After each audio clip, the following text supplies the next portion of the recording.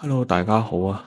今日嚟到客村呢邊去食個和牛放題，冇錯就係呢一間啦，六扇門。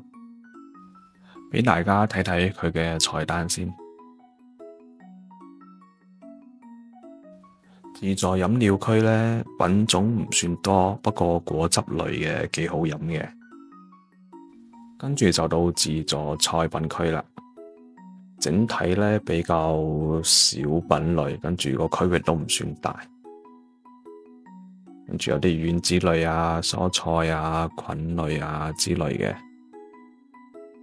呢度呢就係調味區，跟住仲有啲水果啊、雞蛋、三冇同款嘅蛋糕都幾好食嘅。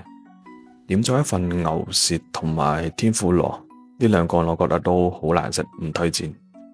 我哋嘅鑊底咧點嘅係鴛鴦鍋，跟住啲肉上齊咗之後，就開始涮肉啦。